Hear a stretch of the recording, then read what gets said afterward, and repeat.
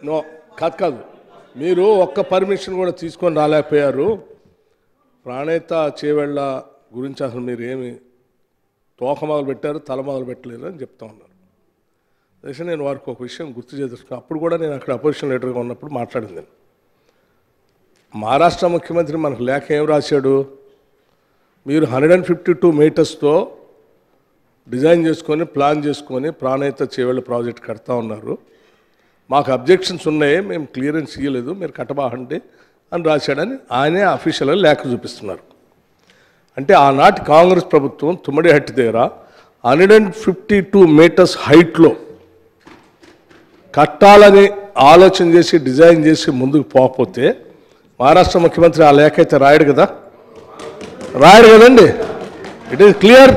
ఆనాడు ఉన్న ప్రభుత్వం తెలంగాణ రాష్ట్రంలో ఉన్నటువంటి ఎత్తైన ప్రదేశం 152 మీటర్స్ దగ్గర ప్రాణేత చేవెళ్ళ ప్రాజెక్టును కట్టి 160 TMC వాటర్ని తీసుకొని వచ్చి తెలంగాణ పెద్ద ఎత్తున గ్రావిటీతో ఉపయోగపడేటట్టుగా అతి తక్కువ ఖర్చుతో డిజైన్ చేసి ఇచ్చారు. అధ్యక్ష, మీరేం చేశారు? ప్రత్యేక రాష్ట్రం వచ్చిన తర్వాత మహారాష్ట్ర పోయి వారితో కూర్చున్నారు. ఏం మాట్లాడారో ఫైనల్గా 152 మీటర్స్ హైట్లో ఉన్నటువంటి తుమ్మిడిహట్టి ప్రాజెక్ట్ని మేము పర్మిషన్ తీసుకొచ్చాం, ఒప్పించాం 148 మీటర్స్ వాళ్ళు ఒప్పుకున్నారు అని పెద్ద ఎత్తున బేగంపేటలో దిగి సంబరాలు చేసి ఇక్కడ కడతాను అన్నారా లేదా? ఇది వాస్తవం కాదా?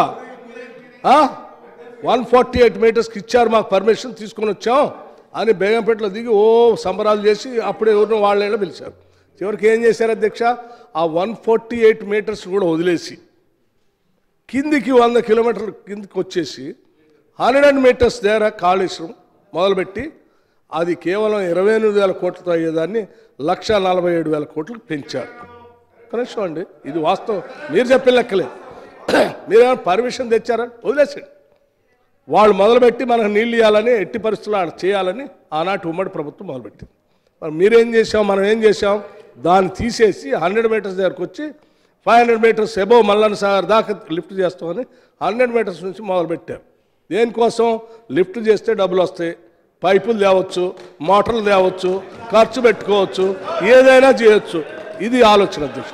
ఇంకోటి కూడా అధ్యక్ష, ఒకవేళ మీకు నిజంగా తెలంగాణ మీద చిత్తశుద్ధి ఉంటే, నీరు తీసుకొని రావాలనే ఆలోచన ఉంటే, మీరు మహారాష్ట్ర పోయినప్పుడు ముఖ్యమంత్రితో కూర్చొని ముంపు గురే ప్రాంతం ఎంత అధ్యక్ష? 3,000 ఎకరాలు, కేవలం 3,000 లోపలే, ఇంకా 3,000 ఎకరాల లోపే, అంతే 3,000 ఎకరాలు. అధ్యక్ష, మన రాష్ట్రం ఏర్పడిన తర్వాతనే ఈ చేసే ప్రయత్నాల్లో కింద పోలవరం కడతా ఉంటే ఈ రాష్ట్రంలో ఉన్నటువంటి దాదాపు 2 లక్షల ఎకరాలు ముంపు గురైతా ఉంటే ఆ 2 లక్షల ఎకరాలని ఒట్టిగా వదిలేశారు, ఆంధ్రప్రదేశ్కి వదిలేశారు కదా. అంటే ఏమన్నారు? ప్రధానమంత్రి గారు ఇచ్చేశారు, మేము వదిలేసామన్నారు. అధ్యక్ష, నేను అడుగుతాను ఒక రాష్ట్ర ముఖ్యమంత్రిగా, నా కింది రాష్ట్రం పోలవరం కట్టుకుంటా ఉంది, మీరు చెప్తా ఉన్నారు కాబట్టి 2 లక్షల ఎకరాలు నేను వదిలేస్తా ఉన్నా, అట్లాగే నేను ప్రాజెక్టు కట్టుకోవడానికి నాకు కావాల్సింది కేవలం 3,000 ఎకరాలే, అది ఇచ్చినట్టే ఈ 3,000 ఎకరాలు నాకు ఇవ్వండి అని నువ్వు ఆ రోజు ప్రధానమంత్రిని అడిగితే 152 మీటర్స్ దగ్గర కట్టుకోవడానికి ఆయనే 3,000 ఎకరాలు మహారాష్ట్ర క్లియరెన్స్ ఇప్పించాడు. అడిగారా మీరు? కింద 2 లక్షల ఎకరాలకు మాత్రమే ఒప్పుకుంటారు, పైన కావాల్సినటువంటి 3,000 ఎకరాలకు మాత్రం ఒప్పుకోలేదు. ఎందుకు ఒప్పుకోలేదు?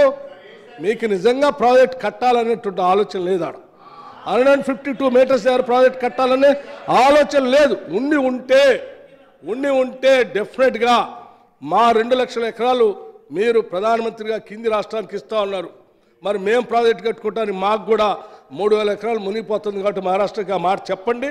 వారు ఒప్పించి అది ఇస్తే ఇది ఇస్తామని మీరు ఒక్క మాట అని ఉన్నా కానీ డెఫినెట్గా ఈ దేశ ప్రధాని ఒప్పుకొని ఆ 3,000 ఎకరాలకు ఒప్పించేవాడు.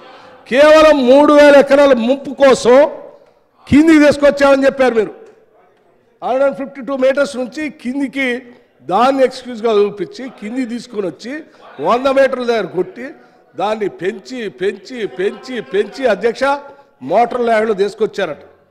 ఆ మోటార్ల మీద కూడా ఎవరో చాలామంది రైట్ టు ఇన్ఫర్మేషన్ యాక్ట్ ద్వారా తీసుకొని వచ్చి ఆ మీటర్లు అయిన ఖర్చు ఎంత, సప్లై చేసింది ఎంత, గవర్నమెంట్ ఇచ్చింది ఎంతో కూడా మొత్తం లెక్కలతో సహాయిస్తే కోర్టులో వేసి దాన్ని కూడా బయట తీసుకొచ్చి చూపించారు. మీరు కేవలం తెలంగాణ నీళ్ల కోసం తెచ్చుకుంటే నీళ్లు రానియకుండా ఆ నీళ్ల పేరు మీద పైపులకి మోటార్లకి డబ్బులు విపరీతంగా రిలీజ్ చేసి మొత్తం ధనవంతా ధనదాహంతో ఈ రాష్ట్రాన్ని అతలకుతలం చేశారు. చుక్క నీళ్లు రానియకుండా చేశారు అధ్యక్ష. నీళ్లు రాలే, అప్పుల పాలు చేశారు.